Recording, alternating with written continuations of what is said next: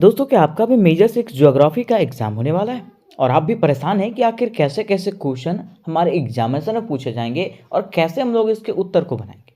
तो आपको बिल्कुल भी घबराने की जरूरत नहीं है दोस्त, क्योंकि आज के वीडियो में मैंने आपको बताया है एमजे 6 ज्योग्राफी के मोस्ट वीवीआई प्रश्नों को तथा उसके उत्तरों को। ये हमारा पार्ट 1 होने वाला है और जल्द ही इसका पार्ट 2 आएगा, जैसे आप लोग कमेंट करोगे उसके अनुसार से, है ना। पार्ट 1 में दोस्त मैं आपको बताऊंगा पहला क्वेश्चन महासागरीय नितल, जिसको हम लोग समुद्र तल कहते हैं, उसकी भौतिक स्वरूप के बारे में।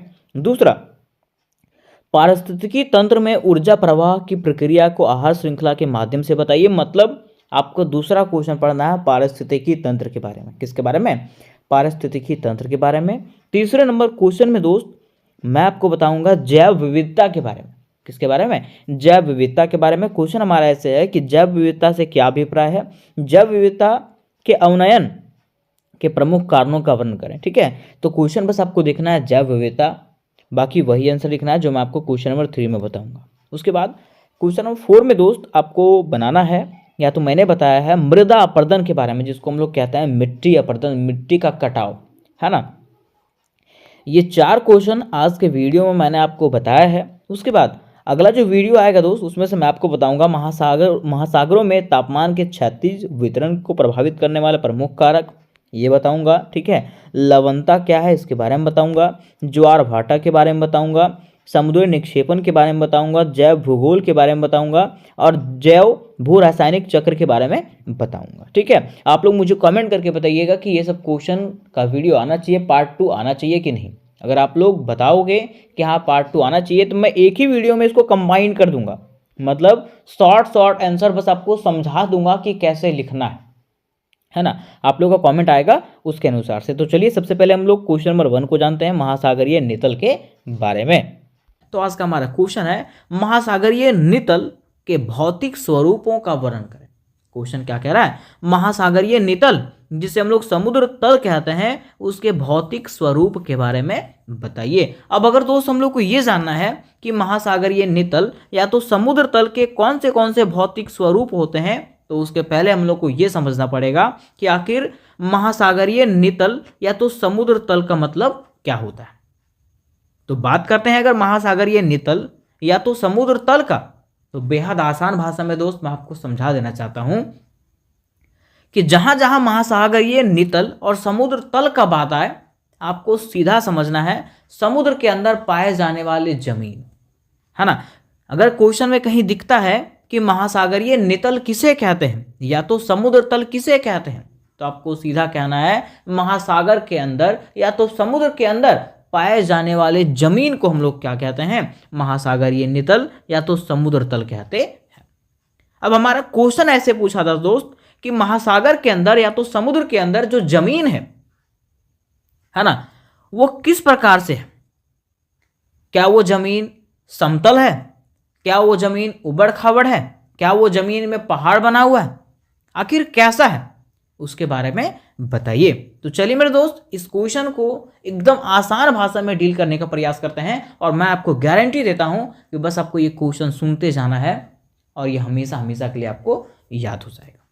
तो जैसा कि सबसे पहले मैंने आपको ये बताया कि महासागरीय नितल किसको कहते हैं, तो परिचय में आपको वही लिखना है कि समुद्र के नीचे जो जमीन पाई जाती है, समुद्र के नीचे जो जमीन पाई जाती है उसे ही हम लोग क्या कहते हैं? महासागरीय नितल कहते हैं या तो समुद्र तल कहते हैं। ये क्वेश्चन 1 मार्क्स के लिए पूछा जा सकता है कि महासागरीय नितल या तो समुद्र तल किसे कहते हैं, तो आपको लिख देना है कि समुद्र के अंदर और महासागर के अंदर जो जमीन पाया जाता है उसको हम लोग क्या कहते हैं? तो महासागरीय नितल कहते हैं या तो समुद्र तल कहते हैं। अब आगे कह रहा है दोस्त कि यह जमीन बिल्कुल हमारी धरती की सतह जैसी ही होती है।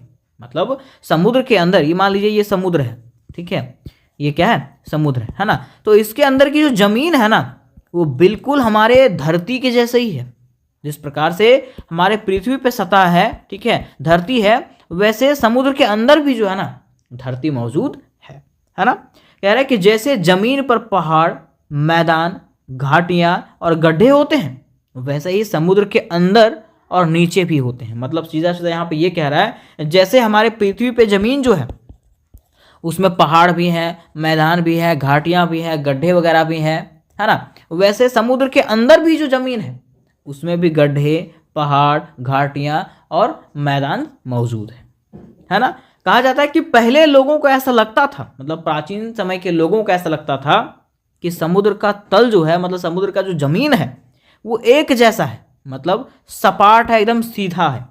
लेकिन अब आधुनिक मशीन जब आया और वैज्ञानिकों ने जब इसका खोज किया तो पता चला कि वहाँ जो है ना बहुत तरह की बनावटें पाई गई है। मतलब कह सकते हैं कि वहाँ भी पेड़ पौधे हैं, वहाँ भी पहाड़ है, वहाँ भी मैदान है, वहाँ भी घाटियाँ हैं और वहाँ भी गड्ढे हैं। ये कब पता चला? जब आधुनिक मशीनें आई और वैज्ञानिक का खोज शुरू हुआ तब। तो इस प्रकार से दोस्त हम लोग को क्या करना है, परिचय में लिखना है। अब क्वेश्चन में हम लोग को ये कहा था कि महासागरीय नितल या तो समुद्र तल के भौतिक स्वरूप के बारे में बताइए कि आखिर इसका स्वरूप कैसा कैसा है। जब इसका खोज किया गया तो आखिर इसका स्वरूप कैसा निकला उसके बारे में बताइए। तो अगला हम लोग पॉइंट बनाएंगे दोस्त, समुद्र तल के भौतिक स्वरूप। पॉइंट क्या बनाएंगे? समुद्र तल के भौतिक स्वरूप। और लिखेंगे इस प्रकार से कि समुद्र तल को समझने के लिए वैज्ञानिकों ने इसे मुख्य रूपों में, मतलब मुख्य 5 रूपों में बांटा है। सीधा सीधा समझिएगा, कह रहा है समुद्र तल के भौतिक स्वरूप को जानने के लिए जो है ना इसको 5 भागों में बांटा है। कितने भागों में? 5 भागों में, जिसमें से पहला हमारा भाग है महाद्वीपीय शेल्फ। क्या है? महाद्वीपीय शेल्फ, जिसको हम लोग आसान भाषा में कह सकते हैं किनारे वाला उथला भाग। मतलब देखिए मैं आपको समझाता हूं, ठीक है। मान लीजिए ये हमारा समुद्र है, मैं आपको फोटो के जरिए समझाता हूं। ये हमारा क्या है? समुद्र है। आप देख सकते हो इसमें, मान लीजिए इसमें पानी भरा हुआ पूरा, ठीक है। ये हमारा क्या है? समुद्र है ना। तो यहाँ पे क्या कहा कि किनारे वाला उथला भाग, ठीक है। यहां से हमारा शुरू हुआ समुद्र, तो ये किनारे वाला जो उठा हुआ भाग है, ठीक है, इसी को हम लोग क्या कहते हैं? तो महाद्वीपीय शेल्फ कहते हैं। क्या कहते हैं? महाद्वीपीय शेल्फ। वही देखिए यहाँ पे लिखा हुआ है दोस्त कि महाद्वीपीय शेल्फ समुद्र का वह भाग होता है जो सीधे जमीन के किनारे से शुरू होता है। जमीन के, मतलब मान लीजिए जमीन है, ठीक है, जमीन के किनारे से जो शुरू हुआ उसको हम लोग क्या कहेंगे? महाद्वीपीय शेल्फ कहेंगे, है ना। कह रहे हैं कि यह जो हिस्सा होता है ये ज़्यादा गहरा नहीं होता है। मान लीजिए नदी होता है, ठीक है, तो नदी के किनारे में जो जमीन है, ठीक है, उसके बाद जब नदी आता है तो क्या वो अचानक से गड्ढा हो जाता है? नहीं, वो धीरे धीरे गड्ढा होता है। वही कह रहा है कि यह जो हिस्सा है वो ज़्यादा गहरा होता नहीं है और धीरे धीरे नीचे की ओर जाता है, धीरे धीरे नीचे की ओर जाता है। आपने कोई नदी या तो तालाब में देखा होगा कि अगर कोई नदी या तो तालाब होता है तो ऐसा नहीं है कि ये नदी है, ठीक है, तो यहाँ तक जमीन है, उसके बाद सीधा अचानक से आ गया, ऐसा है क्या? नहीं, ठीक है, वो धीरे धीरे धीरे धीरे क्या होता है? गड्ढा के तौर, मतलब गड्ढा के ओर चलता जाता है ना। और कह रहा है कि आमतौर पर इसकी जो गहराई होती है वो कितनी होती है? 200 मीटर तक की होती है। कितना? 200 मीटर तक की गहराई होती है। इसे ही हम लोग क्या कहते हैं दोस्त? महाद्वीपीय शेल्फ कहते हैं। क्या कहते हैं? महाद्वीपीय शेल्फ, है ना। तो पहला पॉइंट आपको समझ में आ गया होगा कि पहला इसका भौतिक स्वरूप कौन सा है, ठीक है। उसके बाद बात करते हैं इसके दूसरे भौतिक स्वरूप का। तो इसका दूसरा भौतिक स्वरूप है महाद्वीपीय ढाल।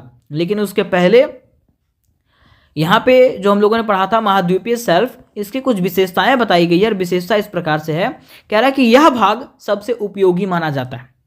यह जो भाग है वो क्या है? सबसे उपयोगी माना जाता है, क्योंकि यहाँ जो है ना धूप आसानी से पहुँच जाता है। मान लीजिए अगर हम यहाँ की बात करते हैं तो यहाँ पे धूप पहुँचना जो है ना क्या है? बिल्कुल आसान है। लेकिन अगर यहाँ की बात करें तो क्या यहाँ पे धूप पहुँच पाएगा? नहीं पहुँच पाएगा।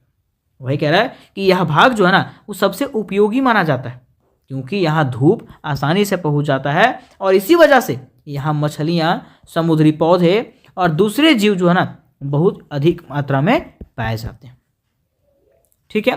फिर कह रहा है कि मछुआरे इसी इलाके में ज़्यादा मछली पकड़ते हैं और मछुआरे जो है ना यही इलाका में जो है सबसे ज़्यादा मछली पकड़ता है। इसके अलावे तेल और गैस जैसे खनिज भी अधिकतर यहीं से निकाले जाते हैं और तेल और जो गैस निकाला जाता है वो भी समुद्र के किनारे वाले हिस्से से ही निकाला जाता है।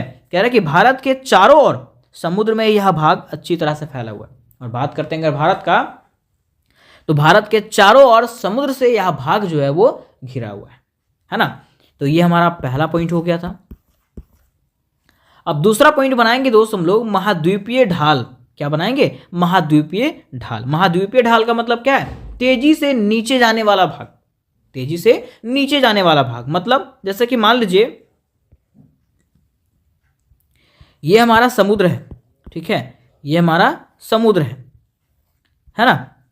तो महाद्वीपीय ढाल का मतलब क्या होता है? तेजी से नीचे जाने वाला, ठीक है। यहां से शुरू हुआ और अचानक यहाँ पे जो है ना क्या हो गया? गड्ढा हो गया, ठीक है। इसको हम लोग क्या कहते हैं? महाद्वीपीय ढाल कहते हैं। और इसी को आसान में हम लोग लिख सकते हैं तेजी से नीचे जाने वाला भाग।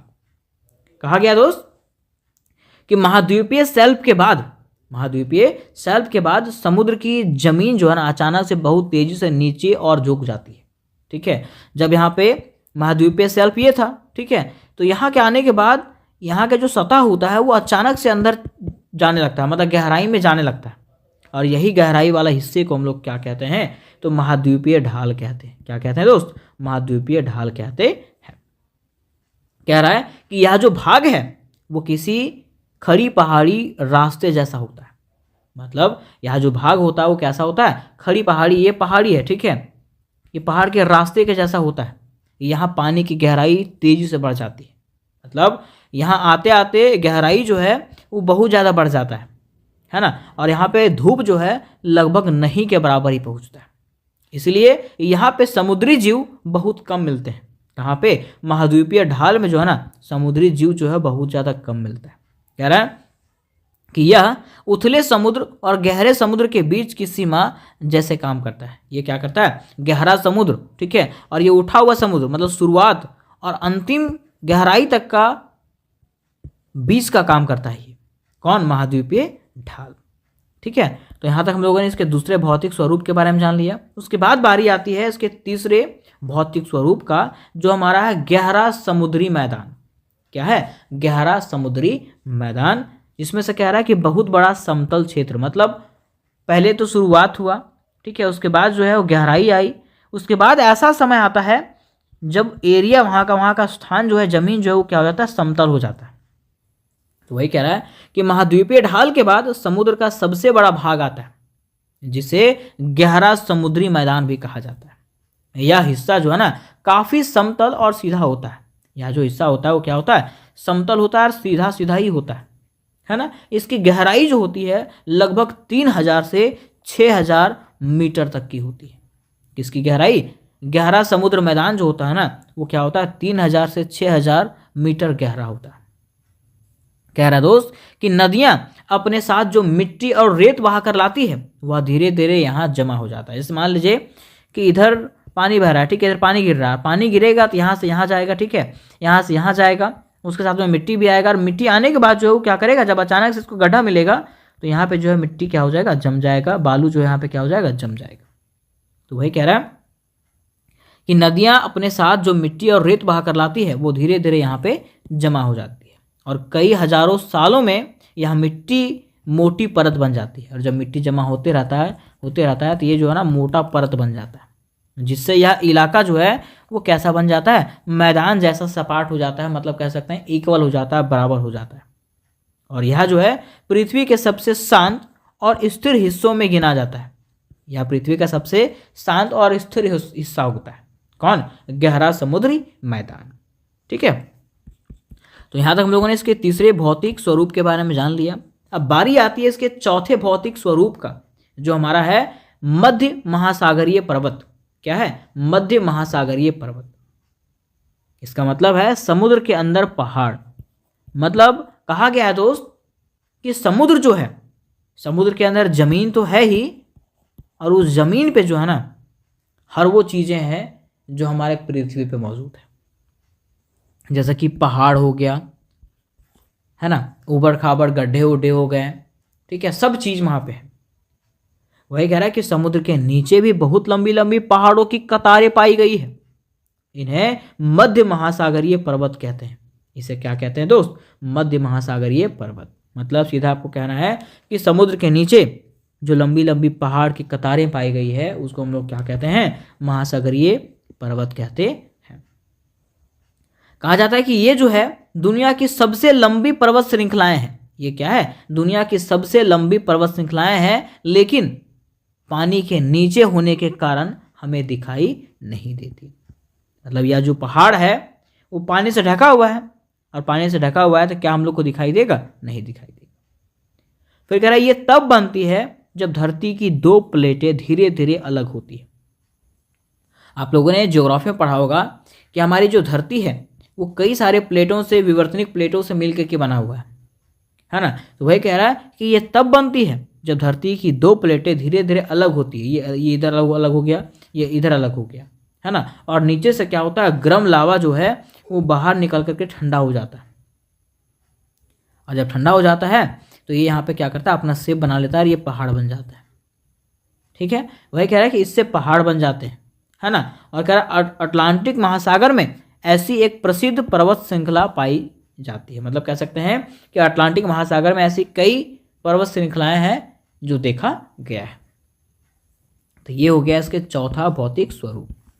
अब बारी आती है इसके पांचवें भौतिक स्वरूप का। तो इसका पांचवा भौतिक स्वरूप है महासागरीय गर्त। क्या है? महासागरीय गर्त, मतलब सबसे गहरी खाइयाँ। सबसे गहरी खाइयाँ जो आप फोटो में देख सकते हो दोस्त, ये जो सबसे नीचे वाला है, ठीक है, इसको हम लोग क्या कहते हैं? महासागरीय गर्त कहते हैं। क्या कहते हैं? महासागरीय गर्त। मतलब कह सकते हैं समुद्र का सबसे लास्ट वाला जो हिस्सा होता है, सबसे नीचे वाला जो हिस्सा होता है, उसको हम लोग क्या कहते हैं? महासागरीय गर्त कहते हैं। वही यहाँ पे लिखा हुआ है दोस्त कि महासागरीय गर्त समुद्र तल के सबसे गहरे और संकरे हिस्से होते हैं। मतलब ऐसे वो होता है ना। ये बहुत रहस्यमय और खतरनाक माना जाता है। ये हिस्सा जो है ना बहुत ही खतरनाक माना जाता है और रहस्यमय होता है ना। कह रहा है इसकी जो गहराई होती है वो 8000 मीटर से भी ज़्यादा होती है। दुनिया की सबसे गहरी खाई मैरियान गर्त है। आप लोगों ने इसका नाम सुना होगा, जीके जीएस में इसका नाम पढ़ा होगा। जो कहाँ है? तो जो प्रशांत महासागर में स्थित है। कहाँ पे? प्रशांत महासागर में स्थित है। कह रहा है ये गर्त तब बनते हैं जब धरती की एक प्लेट दूसरे प्लेट के नीचे दब जाती है। ये जो गर्त है कब बनता है? तो ये गर्त तब बनता है जब ये प्लेट इस प्लेट के नीचे आ जाता है या तो ऊपर आ जाता है ना। तब क्या होता है? ये गर्त बनता है।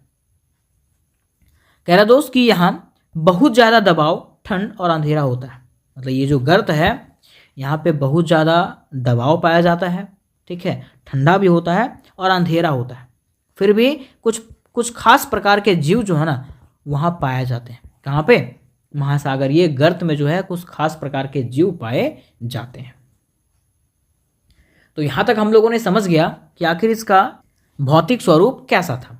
लेकिन इस क्वेश्चन में दोस्त हम लोग इस क्वेश्चन से जुड़े हुए कुछ महत्वपूर्ण तथ्य के बारे में भी जानेंगे। और महत्वपूर्ण तथ्य में क्या क्या आता है? तो पहला, समुद्र तल का तापमान और दबाव। मतलब समुद्र के अंदर जो जमीन है उसका तापमान और दबाव कैसा होता है। तो कह रहा है कि समुद्र तल पर जैसे जैसे गहराई बढ़ती है वैसे वैसे तापमान कम होते जाता है। मतलब जैसे जैसे आप नीचे चले जाओगे, ठीक है, वैसे वैसे तापमान जो कम होता जाएगा। ऊपर जहाँ पानी गर्म होता है वहीं गहराई में बहुत ठंडा हो जाता है। मतलब ऊपर का पानी गर्म होता है, ठीक है, क्योंकि उसमें धूप पड़ता है, लेकिन नीचे का पानी जो होता है वो बहुत ठंडा होता है।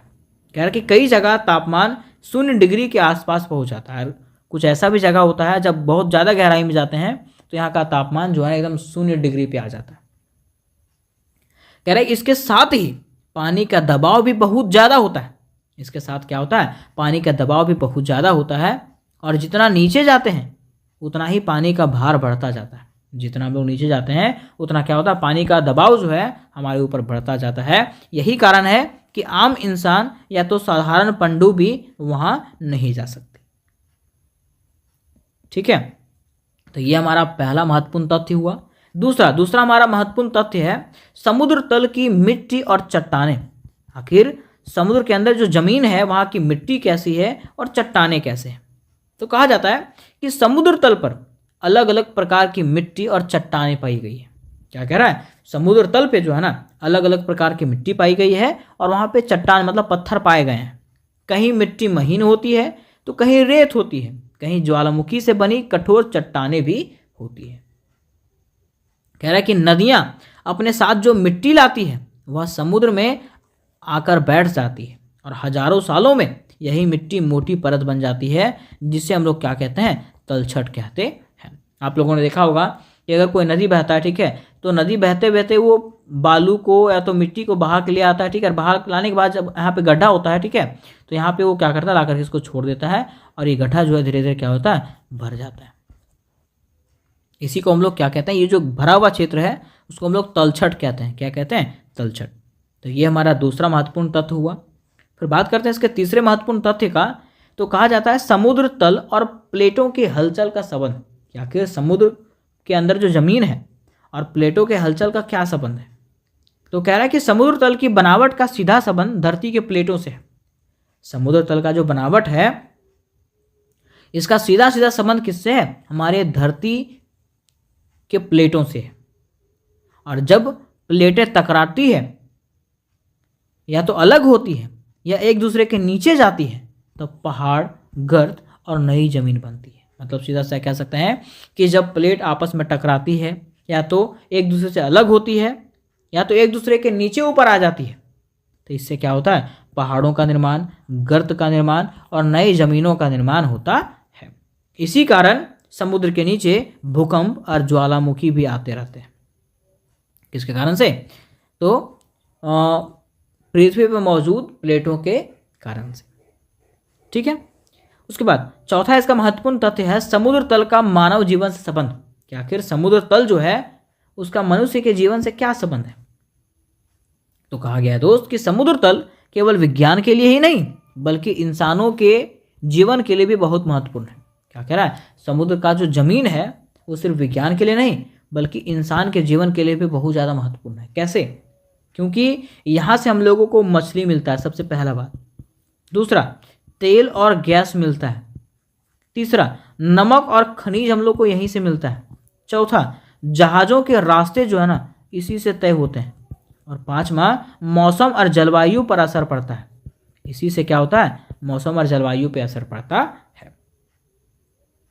और वही कह रहा है कि आज कई देश समुद्र तल में खनन करने की तैयारी भी कर रहे हैं ताकि यहाँ से गैस निकाला जाए, तेल निकाला जाए और अन्य सुखी सुविधाएं जो है ना यहाँ से प्राप्त किया जा सके। तो ये इसका चौथा महत्वपूर्ण तथ्य था। और पांचवा हमारा जो महत्वपूर्ण तथ्य है वो कह रहा है समुद्र तल पर पाया जाने वाला जीवन। कि आखिर समुद्र तल मतलब समुद्र के अंदर जो जमीन है उस पर किस प्रकार का जीवन पाया जाता है। तो कह रहा है कि समुद्र तल पे जो जीवन है और जो गहराई है वहाँ पे कभी धूप नहीं पहुँच पाती, फिर भी वहाँ पे जो है अजीब अजीब जीव पाए जाते हैं। धूप नहीं पहुँचता है लेकिन वहाँ पे ऐसे जीव पाए जाते हैं जिसको धूप का ज़रूरत ही नहीं होता। ये जीव जो है अंधेरे, ठंड और ज़्यादा दबाव में जीने के आदी हो जाते हैं। ये ऐसे जीव होते हैं ना जो अंधेरे में जीने के लिए, ठंड में रहने के लिए और ज़्यादा दबाव झेलने में सक्षम हो जाते हैं। आगे क्या है कि कुछ मछलियाँ ऐसी भी होती है जो क्या करती है, खुद रोशनी पैदा करती है, लाइट पैदा करती है ताकि वे रास्ता देख सके और शिकार कर सके। ठीक है, तो ये स्थिति था समुद्र तल पे पाए जाने वाले जीवन का। और छठा हमारा पॉइंट है महासागरीय नितल का वैज्ञानिक महत्व। आखिर महासागर के अंदर जो जमीन है उसमें वैज्ञानिकों ने क्या क्या बातें बताई है।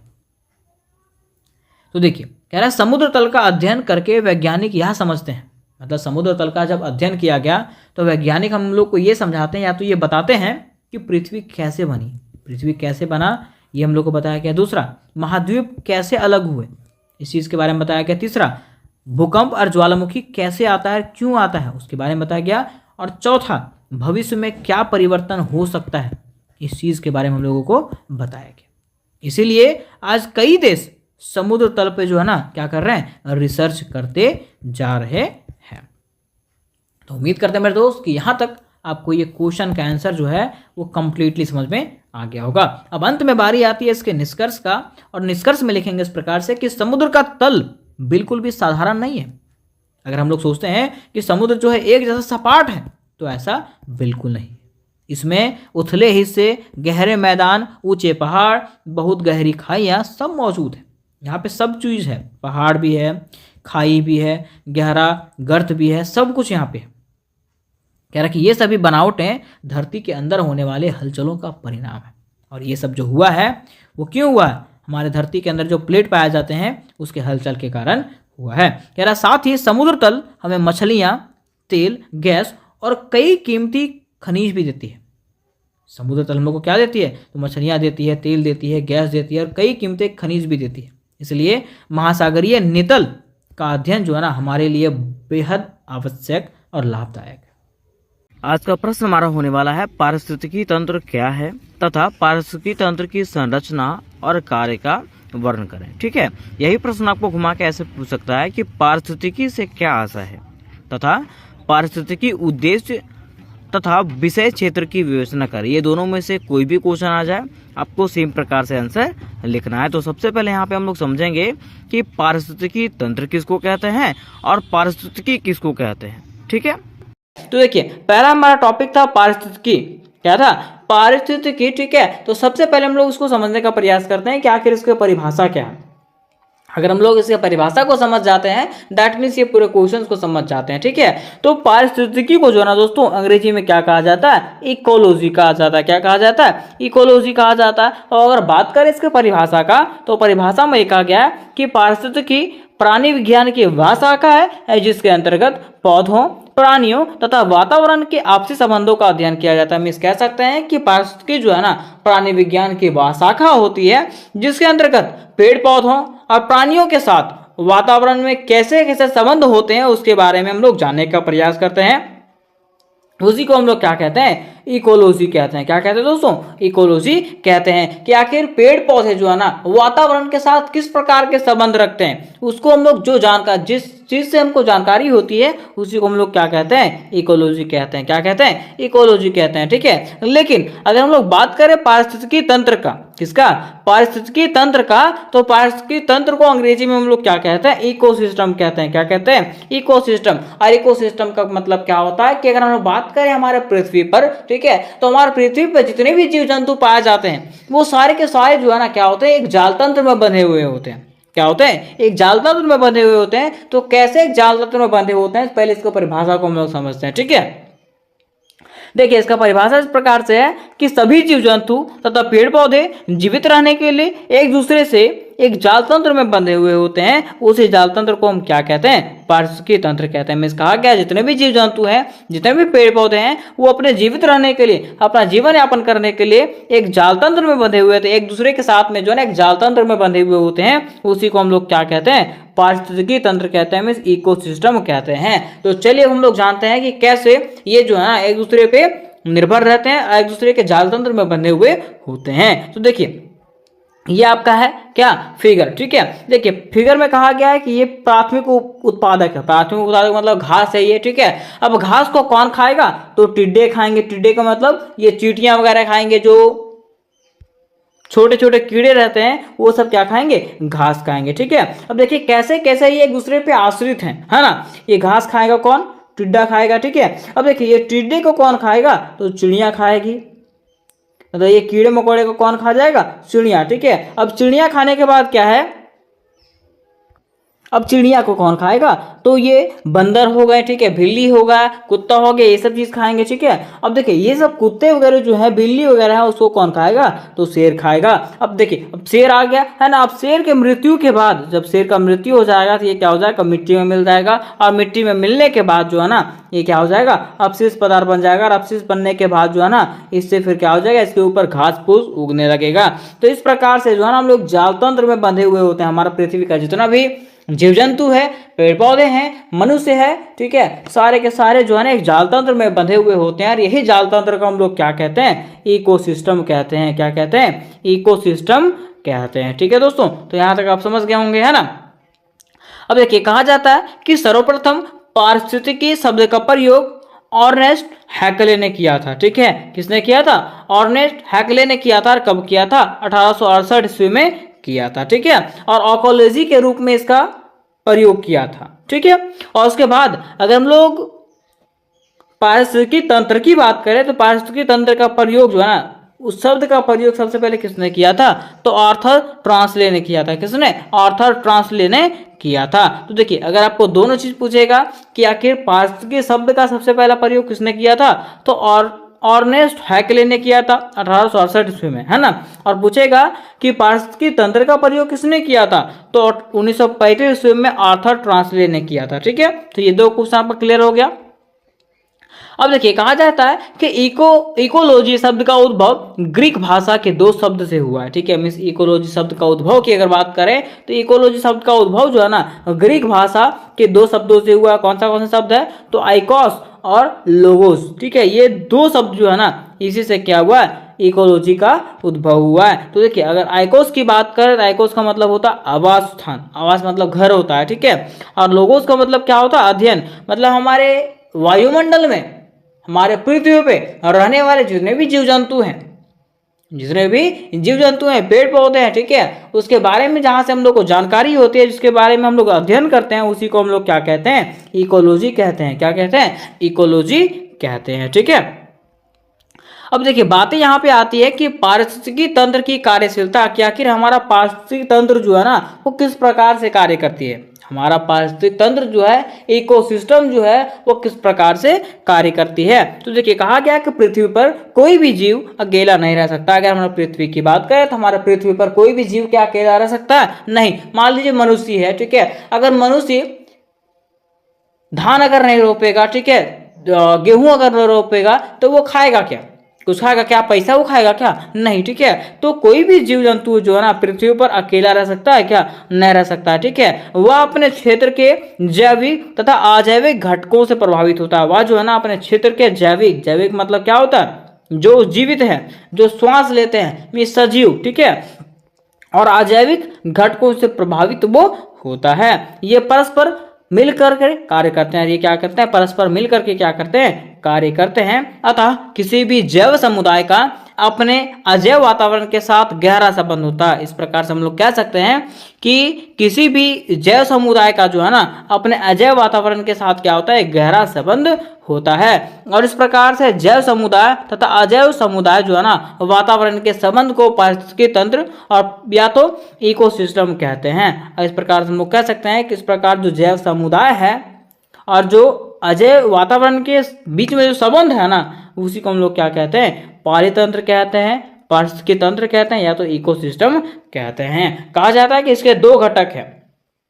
इसके कितने घटक है, दो घटक है। तो दो घटक कौन से हैं, तो देखिए ये फिगर में आपको बताया गया। ठीक है, ये है पारिस्थितिकी तंत्र और इसको दो घटक में बांटा गया है। कौन सा, जैविक घटक और अजैविक घटक। ठीक है, अब देखिए ये भी कहा गया कि जैविक घटक को भी तीन घटकों में बांटा गया, उत्पादक, उपभोक्ता और अपघटनकर्ता, है ना। और उसके बाद अजैविक घटक को भी तीन भागों में बांटा गया, अकार्बनिक तत्व, कार्बनिक तत्व और जलवायु। ठीक है, ये तीन भागों में बांटा गया है। तो चलिए हम लोग इसको एक एक करके क्लियर करने का प्रयास करते हैं कि आखिर जैविक घटक किसको करते हैं और अजैविक घटक किसको कहते हैं। ठीक है, तो देखिए सबसे पहले अगर बात करें जैविक घटक का, तो कहा गया है कि जैविक घटक के अंतर्गत अनेक प्रकार के जीव जंतु, पेड़ पौधे ये आते हैं। मिस कहा गया ना जैविक घटक के अंतर्गत क्या क्या आते हैं, तो अनेक प्रकार के जीव जंतु, पेड़ पौधे आते हैं। ठीक है, पोषण के संबंध के आधार पर यह जो है तीन प्रकार के होते हैं। पोषण के संबंध के आधार पर बात करें तो यह जो है वो कितने प्रकार के होते हैं, तीन प्रकार के होते हैं। कौन, जैविक घटक। कोई पूछेगा जैविक घटक कितने प्रकार के होते हैं, तो तीन प्रकार के जैविक घटक आपके होते हैं। तो वो कौन से हैं, तो पहला है आपका उत्पादक। पहला कौन सा है, उत्पादक। ठीक है, कहा जाता है कि उत्पादक किसको कहते हैं, तो अपना भोजन स्वयं बनाने वाले घटक को उत्पादक कहते हैं। ठीक है, मीन्स अपना भोजन जो स्वयं बनाता है उसको हम लोग क्या कहते हैं, उत्पादक कहते हैं। ठीक है, देखिए अपना भोजन स्वयं कौन बनाता है, पेड़ पौधे क्या करते हैं, प्रकाश संश्लेषण की क्रिया के दौरान जो है ना अपना भोजन स्वयं बनाते हैं। ठीक है, तो इसको हम लोग क्या कहेंगे, उत्पादक कहेंगे। क्या कहेंगे, उत्पादक कहेंगे। ठीक है, अब बातें आता है उपभोक्ता। उपभोक्ता हम लोग किसको कहते हैं, तो कहा जाता है कि उपभोक्ता में वह सभी जीव शामिल होते हैं जो भोजन के लिए प्राथमिक उत्पादक यानी कि हरे पौधों या अन्य जीवों पर निर्भर रहते हैं। मीन्स कहा गया ना कि उपभोक्ता हम लोग उसको कहते हैं जो क्या कहते हैं, दूसरे जीवों पे निर्भर रहते हैं। ठीक है, या तो प्राथमिक उत्पादक पे निर्भर रहते हैं, हरे पेड़ पौधे जो होते हैं उस पर निर्भर होते हैं, उसी को हम लोग क्या कहते हैं, उपभोक्ता कहते हैं। क्या कहते हैं, उपभोक्ता कहते हैं। ठीक है, देखिए कहा जाता है कि अर्थात अन्य जीवों को खा करके अपना पेट भरते हैं, उसी को हम लोग क्या कहते हैं, उपभोक्ता कहते हैं। मीन्स दूसरे जीवों को खा करके चाहे वो पेड़ पौधे हो, ठीक है, जीव जंतु हो, उसको खा करके जो अपना पेट भरते हैं उसको हम लोग क्या कहते हैं, उपभोक्ता कहते हैं। देखिए अब उपभोक्ता भी जो है 3 प्रकार का होता है, जिसमें से पहला है आपका प्राथमिक उपभोक्ता। क्या है? प्राथमिक उपभोक्ता। आप यहाँ पे बातें आती है कि आखिर प्राथमिक उपभोक्ता किसको कहा जाता है, ठीक है। तो देखिए कहा जाता है कि हरे पौधों एवं प्राथमिक उत्पादकों से अपना भोजन प्राप्त करने वाले शाकाहारी जीवों को प्राथमिक उपभोक्ता कहा जाता है। मीन्स कहा जाता है जो हरे हरे पेड़ पौधे होते हैं, ठीक है, और जो प्राथमिक उत्पादक होते हैं उससे अपना भोजन जो प्राप्त करते हैं, जो शाकाहारी जीव होते हैं, उसको हम लोग क्या कहते हैं, प्राथमिक उपभोक्ता कहते हैं। क्या कहते हैं दोस्तों? प्राथमिक उपभोक्ता कहते हैं। जैसा कि टिड्डा हो गया, कीट हो गया, तितली हो गया, गिलहरी हो गया, चिड़िया हो गया, खरगोश हो गया, ये सब क्या करते हैं, हरे हरे जो पेड़ पौधे होते हैं ना, उसको खा करके अपना जीवन यापन करते हैं, ठीक है। इसी को हम लोग क्या कहते हैं, प्राथमिक उपभोक्ता कहते हैं। अब देखिए अब कहा गया दूसरा में द्वितीय उपभोक्ता। द्वितीय उपभोक्ता किसको कहते हैं? तो जो प्राथमिक उपभोक्ता पे आश्रित रहते हैं, जो प्राथमिक उपभोक्ता पे आश्रित रहते हैं, ठीक है। मीन्स जो टिड्डों को खाते हैं, कीट तितलियों को खाते हैं, गिलहरी को खाते हैं, खरगोश को खाते हैं, हिरण, गाय, भैंस वगैरह, बकरी वगैरह को खा करके अपना जीवन यापन करते हैं, उसी को हम लोग क्या कहते हैं, द्वितीय उपभोक्ता कहते हैं। देखिए कहा गया कि प्राथमिक उपभोक्ताओं को अपने भोजन के रूप में ग्रहण करने वाले उपभोक्ताओं को द्वितीय उपभोक्ता कहते हैं। जो प्राथमिक उपभोक्ता है उसको भोजन के रूप में ग्रहण करने वाले उपभोक्ताओं को हम लोग क्या कहते हैं, द्वितीय उपभोक्ता कहते हैं। जैसा कि मेढक हो गया, चील हो गया, सांप हो गया, बाज हो गया, गिद्ध हो गया, ये सब क्या है, द्वितीय उपभोक्ता है, ठीक है। अब यहाँ पे बातें आती है तृतीय उपभोक्ता का। तो तृतीय उपभोक्ता किसको कहते हैं? तो जो द्वितीय उपभोक्ता को अपना भोजन बनाते हैं, जो द्वितीय उपभोक्ता को अपना भोजन बनाते हैं, मीन्स जो मेढक को खाते हैं, जो सांप को खाते हैं, जो चील को खाते हैं, उसी को हम लोग क्या कहते हैं, तृतीय उपभोक्ता कहते हैं। जैसे कि देखिए कहा गया कि द्वितीय उपभोक्ता को अपना भोजन बनाने वाले जीवधारी तृतीय उपभोक्ता कहलाते हैं। में जो द्वितीय उपभोक्ता को अपना भोजन बनाते हैं उसको हम लोग क्या कहते हैं, तृतीय उपभोक्ता कहते हैं। क्या कहते हैं, तृतीय उपभोक्ता कहते हैं। अब देखिए उसी में जो आपका जैविक घटक का जो तीसरा भाग था वो कौन सा था, अपघटक था। क्या था, अपघटक। देखिए कहा जाता है कि इसमें सूक्ष्मजीव, बैक्टीरिया, जीवाणु, कवक होते हैं। इसमें क्या क्या होता है, तो सूक्ष्म जीव होते हैं, बैक्टीरिया होता है, जीवाणु होता है और कवक होता है, ठीक है। जो क्या करता है, मृत जंतुओं एवं वनस्पतियों को सड़ा गलाकर अवयवों में तोड़ देता है। जो क्या करता है, मृत जो जंतु होते हैं, जो जानवर होते हैं, जो मर जाते हैं,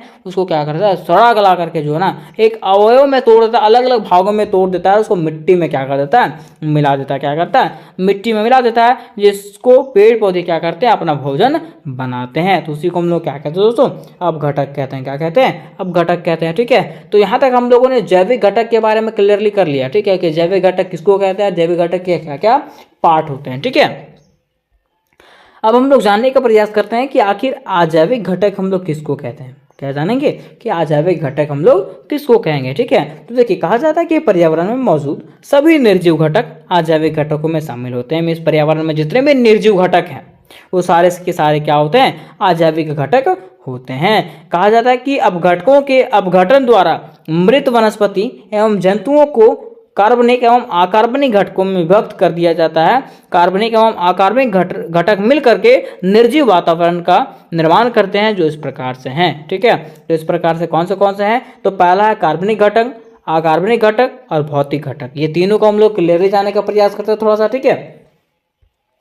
देखिए पहला आपका कार्बनिक घटक। कहा जाता है कि कार्बनिक घटकों में प्रोटीन, कार्बोहाइड्रेट, वसा आदि होते हैं। मीन्स कार्बनिक घटक में क्या क्या होते हैं, तो प्रोटीन होता है आपका, कार्बोहाइड्रेट होता है और वसा होता है ना, जिसके अपघटन पर यूरिया और ह्यूमस आदि पदार्थ उत्पादित होते हैं। जिसके अपघटन पर क्या होता है, क्या क्या मिलता है, यूरिया मिलता है और ह्यूमस आदि पदार्थ जो है उत्पादित होता है। कहा जाता है कि इन अकार्बनिक पदार्थों को पुनः ग्रहण कर पौधों द्वारा भोजन तैयार किया जाता है, ठीक है। और ये अकार्बनिक पदार्थ जो होता है उसको पुनः ग्रहण करके क्या होता है, पौधे जो है ना क्या करते हैं, अपना भोजन को तैयार करते हैं, ठीक है।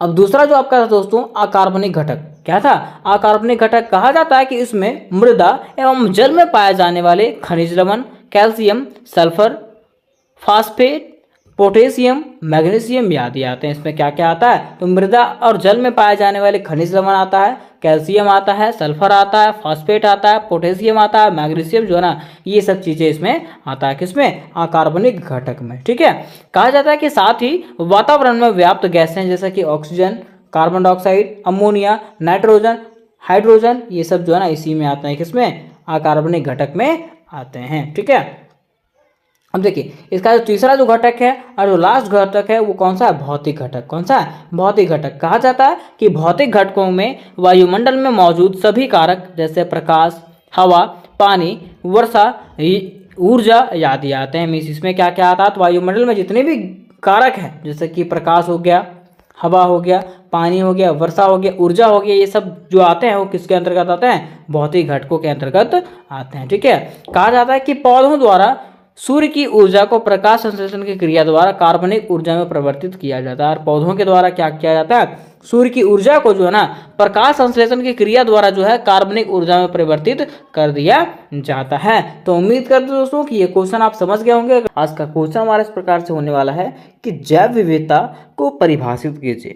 क्वेश्चन क्या है? जैव विविधता को परिभाषित कीजिए और जैव विविधता अभियान के प्रमुख कारणों को स्पष्ट कीजिए कि आखिर जैव विविधता किसको कहते हैं और जैव विविधता का अभियान जो है ना वो क्यों चलाया जा रहा है उसके बारे में बताना। ठीक है, अथवा मैं आपको पूछ सकता है दोस्तों कि जैव विविधता के संरक्षण के विभिन्न उपायों का वर्णन करें कि आप कैसे जैव विविधता का संरक्षण कर सकते हैं, कैसे इसका बचाव कर सकते हैं। ठीक है, अब देखिए जब हम लोग क्वेश्चंस पढ़ते हैं तो क्वेश्चन पढ़ने के बाद बार बार हमारे क्वेश्चंस में एक वर्ड आ रहा है, क्या? जैव विविधता। ठीक है, तो चलिए दोस्तों सबसे पहले हम लोग ये समझने का प्रयास करते हैं कि आखिर जैव विविधता है क्या, है ना। तो देखिए अगर हम लोग जैव विविधता की बात करते हैं तो सबसे पहले हम लोग समझेंगे कि जैव विविधता का अर्थ क्या होता है। जैव विविधता का अर्थ क्या होता है, जिसको हम लोग अंग्रेजी में क्या बोलते हैं? बायोडायवर्सिटी कहते हैं। क्या कहते हैं? बायोडायवर्सिटी। आपको कोई पूछेगा कि जैव विविधता को अंग्रेजी में क्या कहते हैं, इंग्लिश में क्या कहते हैं, तो आपको बता देना है कि बायोडायवर्सिटी कहते हैं। क्या कहते हैं? बायोडायवर्सिटी। ठीक है, अब देखिए इसके अर्थ की अगर बात करें, इसको अगर तोड़ने का प्रयास करें जैव विविधता को, तो ये दो शब्दों में बना हुआ है। ठीक है, कौन सा? जैव और विविधता, दो शब्दों से बना हुआ है, जैव और विविधता। ठीक है, जिसमें से जैव का मतलब होता है जीव, जैव का मतलब क्या होता है? जीव, और विविधता का मतलब होता है भिन्नता। अर्थात हम लोग कह सकते हैं कि हमारे पृथ्वी पर रहने वाले जितने भी जीव जंतु हैं, हमारे पृथ्वी पे रहने वाले जितने भी जीव जंतु हैं उसमें जो भिन्नता पाया जाता है उसी को हम लोग जैव विविधता कहते हैं। जैसे कि मान लीजिए जानवर है, तो क्या एक ही प्रकार का जानवर होता है? नहीं, कोई कुत्ता है, बिल्ली है, शेर है, गधा है। ठीक है, मीन्स तरह तरह के नस्ल के क्या पाया जाता है, यहाँ पे जानवर पाया जाते हैं। ठीक है, मीन्स वही कह सकते हैं कि हमारे पृथ्वी पर रहने वाले जीव जंतुओं में जो भिन्नता पाया जाता है, जो अलगाव पाया जाता है, उसी को हम लोग क्या कहते हैं? जैव विविधता कहते हैं। क्या कहते हैं? जैव विविधता। क्योंकि इसको हम लोग जब तोड़े थे ना, तो जैव का मतलब जीव हो गया और विविधता का मतलब भिन्नता। में जीवों में जो भिन्नता पाया जाता है उसी को हम लोग क्या कहते हैं? जैव विविधता कहते हैं। ठीक है, तो यहाँ तक आप समझ गए। अब देखिए यहाँ पे बातें आती है कि जैव विविधता की परिभाषा, कि आखिर जैव विविधता की परिभाषा को हम लोग कैसे परिभाषित कर सकते हैं। ठीक है, तो लिखेंगे इस प्रकार से कि पृथ्वी पर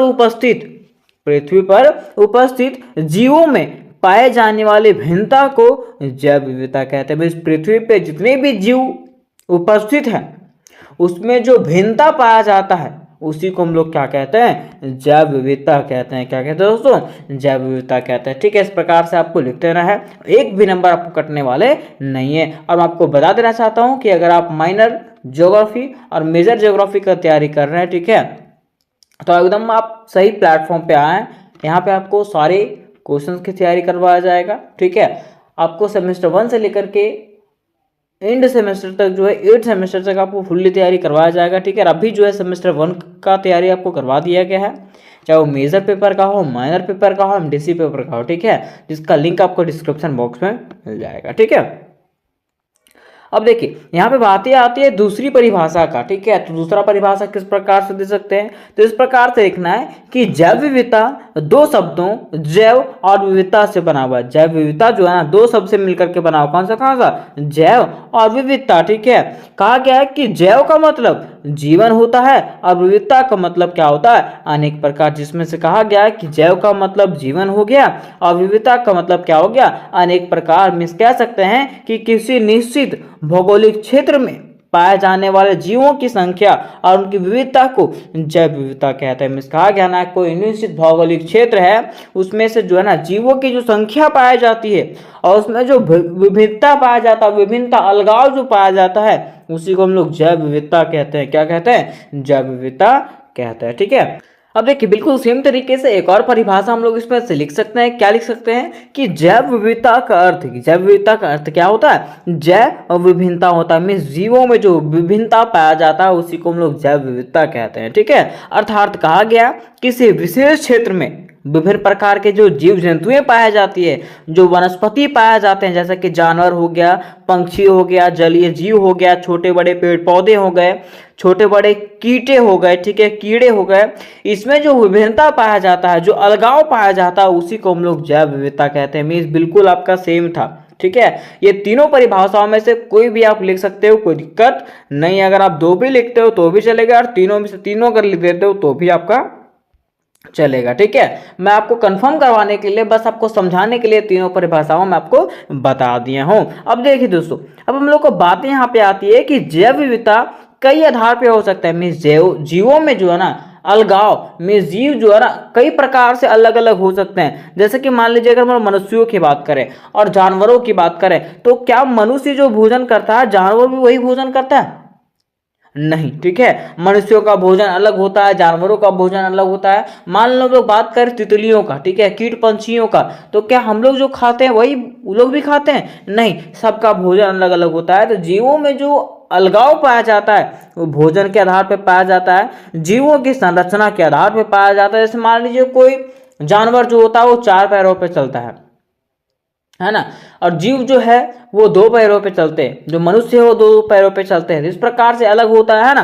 तो जीवों के संरचना के आधार पे भी जीव क्या होते हैं, अलग अलग होते हैं। फिर कहा गया भाषा के आधार पे, भाषाओं के आधार पे भी क्या होता है, जीव अलग अलग होते हैं, ठीक है। हमारा भाषा अलग होता है ना, और जानवरों की भाषा अलग होती है, ठीक है।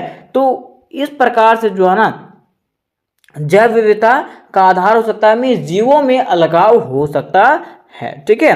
अब देखिए यहाँ पे बातें आती है जैव विविधता संरक्षण की विधियां, कि आखिर जैव विविधता के संरक्षण की क्या क्या विधियां हैं। जैव विविधता में संरक्षण मतलब समझते हैं कि जैव विविधता में जीवों का जो अलगाव है ना वो उसका संरक्षण करना क्यों जरूरी है। क्योंकि हम लोग सब जानते हैं कि बहुत पहले जब हमारे पृथ्वी का निर्माण हुआ था उस समय पृथ्वी पे जो है ना बहुत प्रकार के जानवर पाए जाते थे, डायनासोर वगैरह हो गए, ठीक है। तो ऐसे बहुत सारे जानवर पाए जाते थे, लेकिन अभी जो है ना जानवरों की प्रजातियां जो है वो क्या होती जा रही है, विलुप्त होते जा रही है। क्या होती जा रही है, विलुप्त होते जा रही है, जो हमारे जाल तंत्र को, पारिस्थितिक तंत्र को क्या करते जा रही है, तोड़ते जा रहा है। तो चलिए जानते हैं कि कैसे हम लोग को इस प्रकार से लिखना है, ठीक है। तो सबसे पहले लिखना है कि आगे बढ़ते मानवीय क्रियाकलापों जैसे कि नगरीकरण, उद्योगीकरण, खनन, पर्यटन आदि के कारण जैव विविधता को विश्व के प्रत्येक भाग में बहुत अधिक क्षति पहुंची है। मिस कहा क्या ना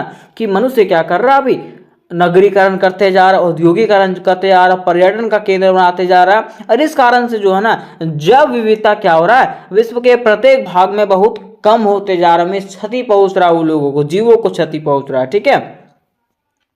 जिसके कारण न केवल प्रकृति को नुकसान हुआ है बल्कि मानव जीवन भी दुर्लभ हो गया। इसके कारण जो है ना सिर्फ प्रकृति को ये नुकसान नहीं हो रहा है, ठीक है, मनुष्य जीवन को भी क्या हो रहा है, इस पे प्रभाव पड़ रहा है। अतः समस्त पारितंत्र एवं मानव जाति के स्वस्थ एवं सुरक्षित भविष्य के लिए जैव विविधता का संरक्षण अति आवश्यक है। इसलिए कहा गया कि समस्त पारितंत्र का एवं पारिस्थितिक तंत्र का और मनुष्य जाति के स्वस्थ एवं सुरक्षित भविष्य के लिए जो है ना जीवों का विविधता का संरक्षण करना क्या है, अति आवश्यक है, ठीक है।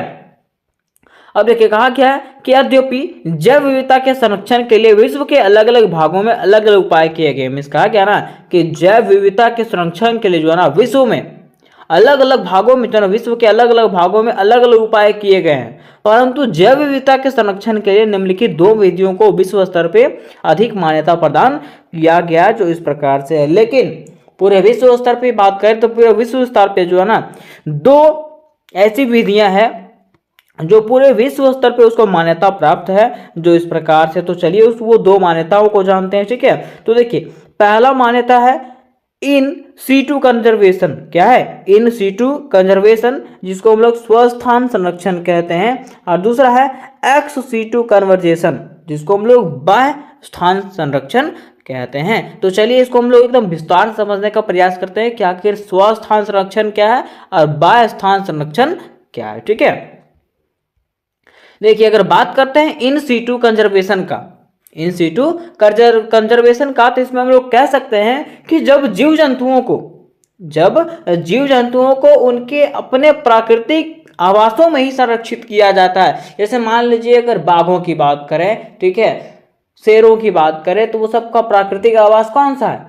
जंगलों में रहते हैं उन लोग, ठीक है। तो अगर जंगलों में उन लोगों को संरक्षित कर दिया जाता है ना, उसके अपने ही स्थान में अगर उन लोगों को संरक्षण कर दिया जाता है, तो उसको हम लोग क्या कहते हैं? इन सीटू कंजर्वेशन कहते हैं। क्या कहते हैं? इन सीटू कंजर्वेशन कहते हैं। देखिए यहाँ पे लिखा हुआ है कि जब संकटग्रस्त जीव जंतुओं एवं पादपों को उनके प्राकृतिक आवास में संरक्षित किया जाता है, तो उसे स्वस्थान संरक्षण कहते हैं। इस विधि में पादप एवं जीव जंतु के लिए उपस्थित प्रतिकूल परिस्थितियों का उपचार किया जाता है तथा उनके जीवन के लिए आदर्श एवं अनुकूल स्थितियां बनाए रखने का प्रयास किया जाता है, ठीक है। मैं इसका आ गया कि ये जो परिस्थिति आएगा, ये जो संस्थान आएगा ना, उसमें जो है ना जो जीवों का है, जो पादप है, उनके उपचार के लिए, उनके प्रतिकूल परिस्थितियों के लिए जो है हर एक उपचार किया जाएगा और वो जो वहाँ का पारिस्थितिक तंत्र है उसके अनुकूल बनाया जाएगा, ठीक है। इसके अंतर्गत में निम्न का निर्माण किया गया। मीन्स कहा गया ना कि इसके अंतर्गत में निम्न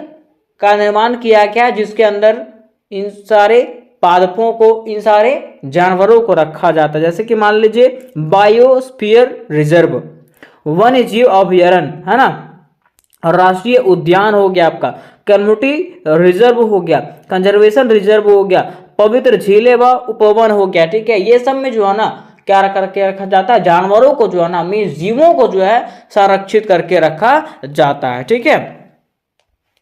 अब यहाँ पे बातें आती है कि इस विधि के लाभ, इस विधि से क्या लाभ होता है, ठीक है। तो कहा गया है कि इस विधि से क्या लाभ होता है, तो यह सबसे प्रचलित और सस्ती विधि है। यह जो विधि है ना वो सबसे प्रचलित और सस्ती विधि है, क्योंकि उसका प्राकृतिक आवास है कौन सा? जंगल, ठीक है। तो जंगलों में उसको सुरक्षित करके रखना ही क्या कहलाता है? आपका इन सीटू कंजर्वेशन कहलाता है, ठीक है। कहा गया फिर दूसरा कि वातावरण एवं जीव जंतुओं के बीच एक प्राकृतिक सामंजस्य बनाकर रहता है, ठीक है। और अब क्या होता है कि अगर वो लोग प्राकृतिक आवास में रहते हैं ना, तो उससे क्या होता है? वातावरण और जीव जंतुओं के बीच में एक प्राकृतिक सामंजस्य बना हुआ रहता है, ठीक है। फिर देखिए तीसरा कहा गया कि एक साथ कई प्रजातियों को संरक्षित किया जा सकता है। इस प्रकार से जो है ना जंगलों में जो है ना एक साथ जो है कई प्रजातियों को संरक्षित किया जा सकता है, ठीक है। क्योंकि जंगल में जो है ना सिर्फ शेर ही नहीं रहते हैं, सिर्फ बाघ ही नहीं रहता है, ठीक है। कई प्रकार के जीव जंतुएं वहां पे रहती है, ठीक है। तो वहीं पे कहा गया कि एक साथ कई प्रजातियों को वहां पे संरक्षित किया जा सकता है। फिर कहा गया है चौथा में कि किसी विशेष तकनीकी की आवश्यकता नहीं होती, जैसा कि बाह्य स्थानीय संरक्षण विधि में होती है। मीन्स कहा गया ना कि यहाँ पे इस प्राकृतिक आवास में जो है ना उन लोगों का किसी प्रकार के हम लोग को विधि की आवश्यकता है, तो किसी प्रकार की तकनीकी की आवश्यकता नहीं होती है। लेकिन बाह्य स्थान संरक्षण में जो है ना विधियों की आवश्यकता पड़ती है, ठीक है। अब देखिए यहाँ पे हम लोगों ने इन C2 कंजर्वेशन कंप्लीट कर लिया था। मीन्स पहला जो है वो कंप्लीट कर लिया था, ठीक है। अब हम लोग जानेंगे XC2 कंजर्वेशन कि आखिर XC2 कंजर्वेशन क्या होता है, ठीक है। तो मैं आपको बता देना चाहता हूँ कि मान लीजिए जो जीव जंतु का प्राकृतिक आवास होता है, जैसे मान लीजिए शेर कहाँ रहता है? तो जंगलों में रहता है, ठीक है। कोई कारणवश अगर उसका प्राकृतिक आवास खराब हो जाता है ना, तो लोगों के द्वारा जो है ना उसको दूसरा आवास दिया जाता है, मीन्स एक संरक्षित आवास बनाया जाता है, उसी को हम लोग क्या कहते हैं, एक्स सिटू कंजर्वेशन। में जंगलों के बाहर जो उसका प्राकृतिक आवास था, उसके बाहर जब उसको आवास दिया जाता है, जैसे अभयारण्य में रखा जाता है ना, चिड़ियाघर में रखा जाता है, तो उसको हम लोग क्या कहते हैं, एक्स सिटू कंजर्वेशन। क्या चिड़ियाघर जो जंगल में है? नहीं, ठीक है, उसको बनाया गया है ना, तो वही उसी को हम क्या कहते हैं, एक्स सिटू कंजर्वेशन कहते हैं।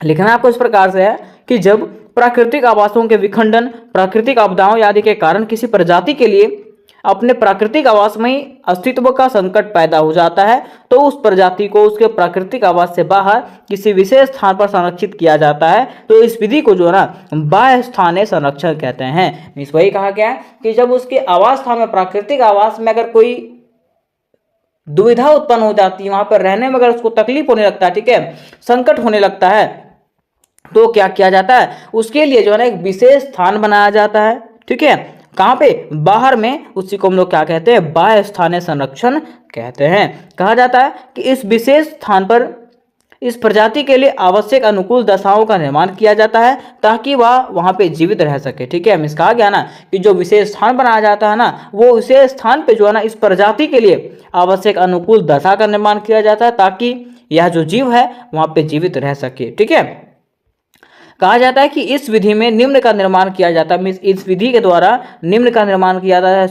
चिड़ियाघर में रखा जाता है उसको संरक्षित, ठीक है। जंतु उद्यान में रखा जाता है, वनस्पति उद्यान में रखा जाता है, वन्य जीव सफारी पार्क में रखा जाता है, जीन बैंक में रखा जाता है, बीज बैंक में रखा जाता है। मीन्स ये सब जो होते हैं ना, इसके थ्रू से जानवरों को, जीव जंतुओं को संरक्षित करके रखा जाता है, ठीक है।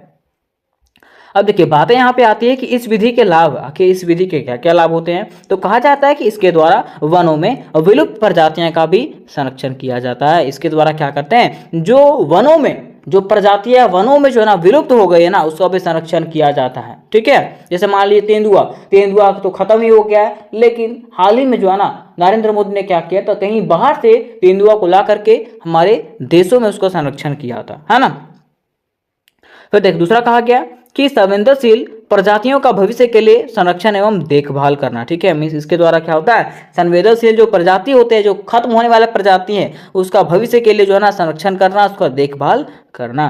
फिर देखिए कहा गया कि कृषि फसलों का संरक्षण एवं उसकी उत्पादकता में वृद्धि करना, ठीक है, इस विधि का लाभ होता है। तो उम्मीद करते दोस्तों कि ये क्वेश्चन आपको समझ में आ गया होगा। तो आज के वीडियो में हम लोग एक ऐसा इंपॉर्टेंट क्वेश्चन को डील करने वाले हैं जो कि आपके एग्जामिनेशन के लिए क्या है, मोस्ट इंपॉर्टेंट होने वाला है, ठीक है। चाहे वो क्लास 10th का हो, 12th का हो, ग्रेजुएशन लेवल का हो, ठीक है, हर जगह ये क्वेश्चन आपके लिए इंपॉर्टेंट होने वाला है। तो चलिए जानते हैं कि क्वेश्चन क्या है। देखिए क्वेश्चन की अगर बात करें तो क्वेश्चन इस प्रकार से पूछा गया है कि मृदा ह्रास के मुख्य कारण क्या है। क्वेश्चन क्या है, मृदा ह्रास के मुख्य कारण क्या है और इसको नियंत्रित करने के उपायों का वर्णन करें कि इसको कैसे नियंत्रण किया जा सकता है, ठीक है। तो देखिए दोस्तों, सबसे पहले ये क्वेश्चन में जो ना सबसे पहले हम लोग ये जानेंगे कि आखिर मृदा ह्रास किसको कहा जाता है, उसके बाद इसके कारणों को जानेंगे, उसके बाद इसके नियंत्रण करने के उपायों को समझेंगे, ठीक है। तो चलिए सबसे पहले हम जानते हैं कि मृदा ह्रास किसको कहते हैं।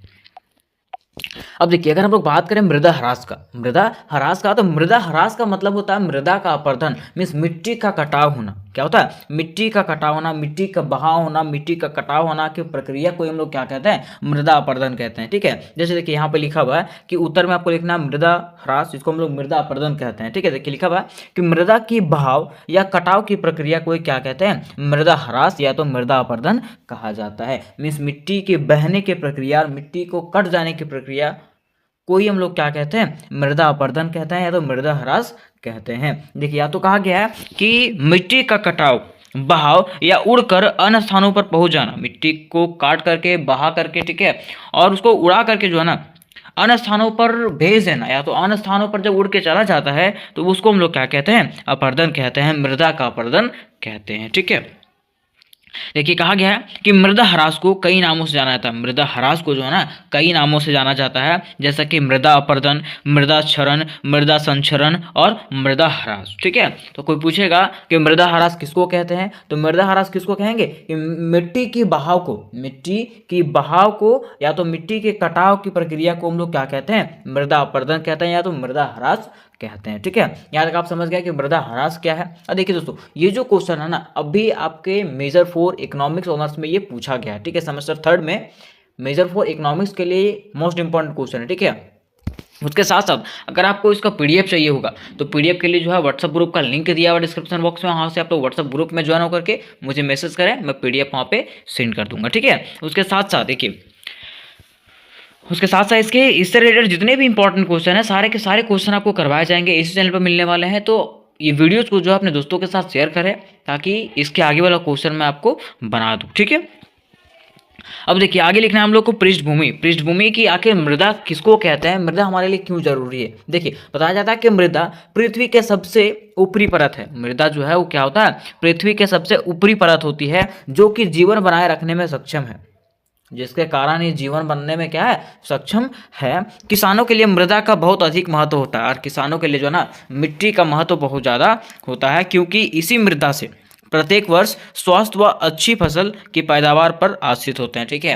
और क्योंकि मृदा के सहारे से ही किसान क्या करते हैं, अपनी खेती करते हैं और अच्छी फसल का पैदावार करते हैं, ठीक है।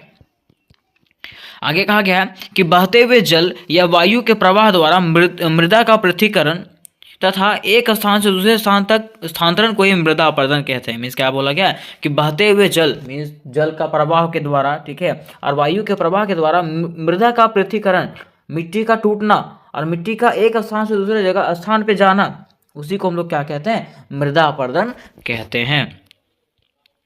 कहा गया है कि वनों की अंधाधुंध कटाई से मृदा अपरदन होता है। वनों की अंधाधुंध कटाई से क्या होता है, मृदा का अपरदन होता है। अनियमित पशुचारण से मृदा का अपरदन होता है। उसके साथ साथ अनियमित पशुचारण से क्या होता है, मृदा का अपरदन होता है। और झूम कृषि से भी मृदा का अपरदन होता है।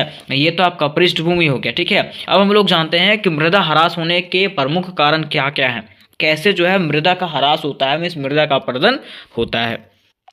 तो देखिए मृदा के ह्रास का सबसे बड़ा कारण है वनों की कटाई। क्या है, वनों की कटाई। मान लीजिए वन क्या करते हैं, जंगल क्या करता है, पेड़ पौधे क्या करते हैं, पेड़ पौधे जो है ना मिट्टी को पकड़ के रखते हैं। पेड़ पौधे के जड़ जो है ना मिट्टी को पकड़ के रखते हैं। और मान लीजिए आप पेड़ को ही काट दीजिएगा, जड़ से ही उखाड़ दीजिएगा, तो मिट्टी को पकड़ के रखेगा, नहीं पकड़ के रखेगा, तो मृदा का अपरदन होना तय है ना। तो वही इसमें बताया गया है कि पेड़ पौधे मृदा को भूमि में बांधने का कार्य करते हैं। पेड़ पौधे क्या करते हैं, मृदा को भूमि में बांधने का कार्य करता है। परंतु मनुष्य अपने सुख सुविधाओं को बढ़ाने के लिए, अपने सुख सुविधाओं को बढ़ाने के लिए क्या करता है, ऐसा कार्य करता है जिससे वनों का ह्रास होता है। ऐसे कार्य करते हैं ना जिससे क्या होता है, वो वनों का ह्रास होता है। मीन्स मान लीजिए रोड बना रहे, ठीक है, तो अंधाधुंध पेड़ का कटाई कर दिए। फैक्ट्री बना रहे तो पेड़ का कटाई कर दिए। मीन्स अपने सुविधाओं के लिए जो है ना वनों का ह्रास कर देता है मनुष्य, ठीक है। जैसे कि देखिए खेत को बढ़ाने के लिए, नए उद्योग का स्थापना करने के लिए, इसके साथ साथ विभिन्न प्रकार के निर्माण कार्य करने के लिए जो है ना वनों की अंधाधुंध कटाई कर देते हैं। और वनों का अत्यधिक कटाई के चलते ही मृदा का अपरदन क्या होता है, अत्यधिक होता है, ठीक है। तो ये पहला कारण था।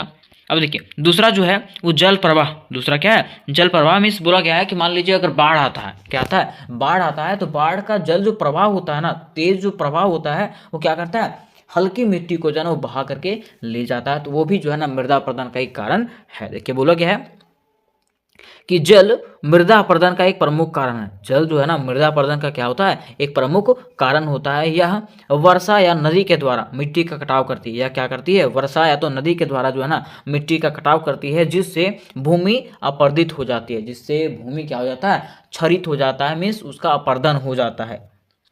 विश्व में यह मृदा अपरदन के सबसे बड़े कारकों में से एक है, ठीक है। और जल प्रवाह जो है ना वो मृदा अपरदन के सबसे बड़े कारकों में से एक है, ठीक है, वो विश्व के, ठीक है। फिर देखिए मृदा अपरदन का तीसरा सबसे बड़ा कारण क्या है, झूमिंग कृषि। क्या है, झूमिंग कृषि प्रणाली। पहले के लोग क्या करते थे, झूमिंग खेती करते थे। मतलब जैसे मान लीजिए खेती करने के लिए जंगलों की कटाई करते थे, 2-3 साल वहाँ खेती करते थे। और जब वहाँ का खेत का जो है ना उर्वरक शक्ति खत्म हो जाता था तो वहाँ पे छोड़ करके वो दूसरे स्थान में जाते थे और वहाँ पे भी जंगलों की कटाई करके वहाँ भी क्या करते थे, खेती करते थे, ठीक है। तो वही देखिए बोला गया है कि यह कृषि का प्राचीन तरीका है। झूमिंग खेती जो होता है ना वो कृषि का प्राचीन तरीका है, जिसमें क्या किया जाता था, वनों को काट करके या तो जला करके कृषि योग्य भूमि बनाया जाता था। जिसमें वनों को काट करके या तो जला करके जो है ना कृषि योग्य भूमि बनाया जाता था। इसमें लगभग 3-4 वर्ष तक कृषि किया जाता था। इसमें जो है 3-4 वर्षों तक कृषि किया जाता था। और जब इसकी उर्वरक शक्ति कमजोर हो जाती थी, किसकी, जब खेतों की उर्वरक शक्ति कमजोर हो जाती थी तो उस जगह को छोड़ करके पुनः कहीं दूसरे वनों में पुनः कोई दूसरे जंगलों को काट करके जो है ना कृषि योग्य भूमि बनाया जाता था, और ऐसे करने से जो है ना क्या होता है, भारी मात्रा में वनों की विनाश होता है। ऐसा करने से क्या होता है, भारी मात्रा में वनों का विनाश होता है।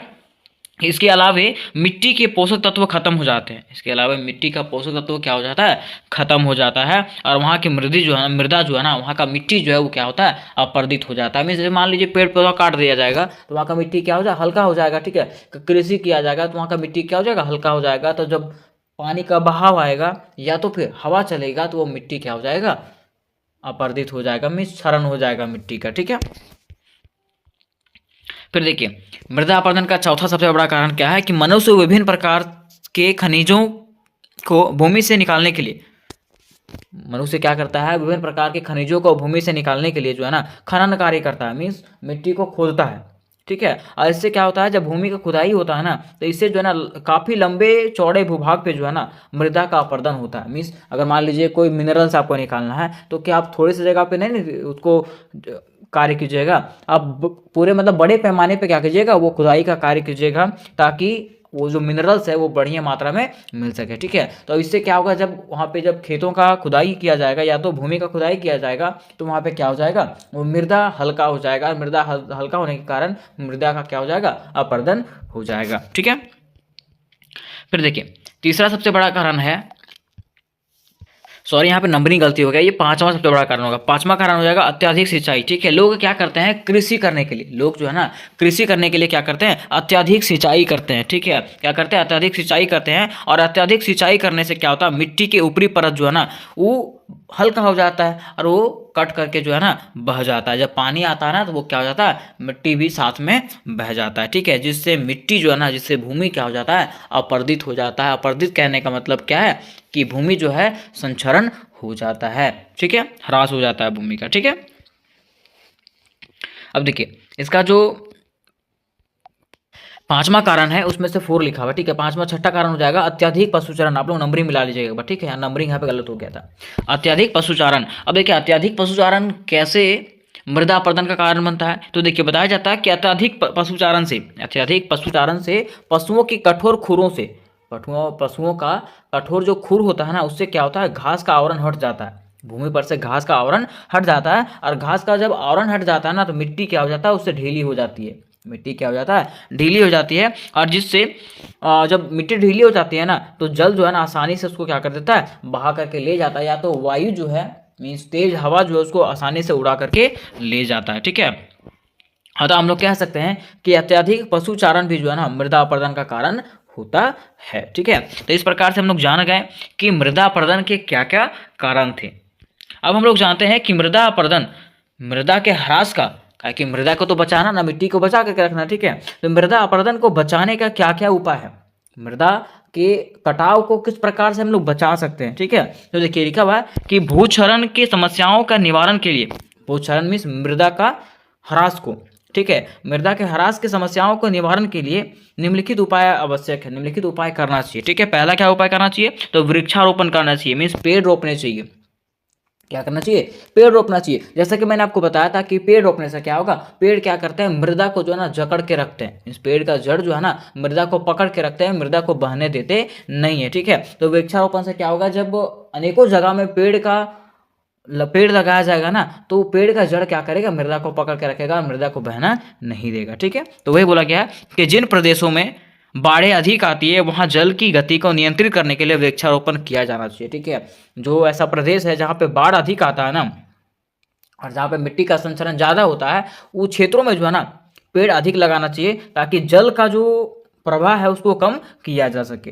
देखिए बोला गया है कि वृक्षों के गिरने वाली पत्तियां खेतों में जीवांश की वृद्धि कर उसकी उर्वरा शक्ति को भी बढ़ाने का कारगर सिद्ध होती है। ठीक है, उसके साथ साथ देखिए वृक्ष से जो पेड़ मतलब वृक्ष से जो पत्ते गिरते हैं, वृक्ष से जो पत्ते गिरते हैं वो भी क्या होता है, वो सड़ गल के जो है ना वो भी क्या होता है, उर्वरक बनाता है। मीन्स वहाँ का जो धरती होता है, वहाँ का जो भूमि होता है, उसके उर्वरकता शक्ति को जो है ना वो क्या कर देता है, बढ़ा देता है। ठीक है, फिर दूसरा देखिए, दूसरा बोला गया है कि नदियों पर बांधों का निर्माण, अगर हम लोग नदियों पर बांधों का निर्माण करेंगे ना तो उससे भी मिट्टी का संचरण रुक जाएगा। देखिए बोला गया है कि नदियों पर बांधों का निर्माण कर दिए जाने से, अगर हम लोग नदियों पर बांधों का निर्माण कर देते हैं तो उससे जो है ना जल की गति नियंत्रित हो जाएगी। उससे जल का गति क्या हो जाएगा, नियंत्रित हो जाएगा, तथा बाढ़ के प्रकोप में भी कमी आएगी, ठीक है, तथा बाढ़ भी वहाँ पे क्या आ जाएगा, कम आ जाएगा। अगर आप लोग नदी, मान लीजिए नदी है, ठीक है, नदी का पानी का प्रवाह बहुत ज़्यादा है, वहाँ पे अगर आप बांध बना दिए तो नदी का प्रवाह क्या हो जाएगा, रुक जाएगा। और जब नदी का प्रवाह ही रुक जाएगा तो वहाँ पे बाढ़ आएगा क्या, नहीं, बाढ़ का प्रकोप भी क्या हो जाएगा, कम हो जाएगा। उसके साथ साथ बाढ़ में कमी आने से जो है ना भू संचरण भी क्या हो जाएगा, स्वतः कम हो जाएगा। और जब वहाँ पे बाढ़ ही नहीं आएगा तो क्या भूमि का कटाव होगा, नहीं होगा, ठीक है। इस प्रकार से भूमि का क्षय होना जो है ना वो खुद से क्या हो जाएगा, खत्म हो जाएगा। फिर तीसरा देखिए, तीसरा लिखा हुआ है कि खेतों में मेड़बंदी करना। खेतों में मेड़बंदी करना मतलब मेड़ बना देना, ठीक है, मेड़ बना देना, ताकि देखिए लिखा हुआ है कि भूसरण में कमी लाने के लिए खेतों में ऊंची ऊंची मेड़बंदी करना अति आवश्यक है। खेतों में अगर मेड़बंदी कर देते हैं ना तो उससे आपका मिट्टी जो है दूसरे जगह जाएगा नहीं, आपका खेत का मिट्टी आपके खेत में ही रहेगा। फिर चौथा है कि पशु चारण पर नियंत्रण। अगर हम लोग मिट्टी के क्षरण को बचाना चाहते हैं, मिट्टी के क्षरण को बचाना चाहते हैं तो पशुओं को नियंत्रण करना चाहिए, मीन्स पशु चारण को नियंत्रण करना चाहिए। क्योंकि देखिए बोला गया है कि पशुओं द्वारा खाली या तो जोती हुई भूमि पर चराई नहीं करनी चाहिए, ठीक है, पशुओं द्वारा जो है ना खाली या तो जोती हुई भूमि पर चराई नहीं करनी चाहिए, क्योंकि पशुओं के खुरों से क्या होती है, मिट्टी टूट जाती है। पशुओं के खुरों से क्या होता है, मिट्टी टूट जाता है, और यह जो है ना मृदा अपरदन का कारण बनता है। तो मान लीजिए अगर हम लोग पशुचारण वहाँ पर नहीं करेंगे तो क्या मिट्टी टूटेगा, नहीं टूटेगा, और इस तरह से जो है ना संक्षारण रुक जाएगा, मिट्टी का संक्षारण जो है ना वो रुक जाएगा, ठीक है। फिर पांचवा देखिए, पांचवा कारण है, पांचवा जो उपाय है वो है जल के निकास के लिए उचित व्यवस्था। जल के निकलने के लिए जो ना अगर हम लोग उचित व्यवस्था करेंगे तो क्या हो जाएगा, वहाँ से मिट्टी बहेगा क्या, नहीं बहेगा। वही बोला गया है कि ढालू खेतों में जो है ना, जहाँ पे मतलब खेत ढाल रहता है, ठीक है, तो उस क्षेत्रों में क्या करना चाहिए, वर्षा के जल के निकास का उचित व्यवस्था करके भू संचरण की कुछ सीमा तक रोका जा सकता है, ठीक है। अगर हम लोग वहाँ पे पानी निकलने का बढ़िया व्यवस्था कर देंगे ना तो वहाँ पे भूमि के क्षरण को रोकने का एक बढ़िया कार्य हो जाएगा। देखिए बोला गया है कि पहाड़ी क्षेत्रों में सीढ़ीदार खेतों का ही निर्माण किया जाना चाहिए, ठीक है। और जहाँ पे पहाड़ी क्षेत्र होते हैं, पहाड़ी क्षेत्रों में कैसा खेतों का निर्माण किया जाना चाहिए, सीढ़ीदार। सीढ़ीदार मतलब समझते हैं, सीढ़ीनुमा खेतों का निर्माण करना चाहिए। उससे क्या होगा कि मिट्टी का अगर संचरण होगा तो लास्ट में आकर के वही खेतों में रुक जाएगा, ठीक है। तो इस प्रकार से हम लोग क्या कर सकते हैं, मिट्टी के संचरण को रोक सकते हैं, मीन्स मृदा के ह्रास को जो है ना रोक सकते हैं। अब हम लोग लास्ट में हम लोग क्या करना पड़ेगा, निष्कर्ष डालना पड़ेगा। क्या करना पड़ेगा, निष्कर्ष डालना पड़ेगा कि आप उपरोक्त लिखे गए बातों से आप क्या समझते हैं। तो देखिए इस प्रकार से हम लोग को निष्कर्ष लिखना है, ठीक है, कि स्वतंत्रता प्राप्ति के बाद, कि जैसे ही भारत आज़ाद हुआ, भारत की आज़ादी के बाद भारत सरकार का ध्यान जो है ना भू संचरण की ओर गया। भारत सरकार का ध्यान कहाँ पे गया, भू संचरण की ओर गया। और इस समस्या का निवारण हेतु जो है ना सन 1953 ईस्वी में केंद्रीय भूक्षरण बोर्ड की स्थापना किया गया, ठीक है। और इस समस्या का निवारण करने हेतु 1953 ईस्वी में जो है ना केंद्रीय भूक्षरण बोर्ड का स्थापना किया गया, जिसका मुख्य कार्य था कि सरकार को इस समस्या के संबंध में सुझाव देना।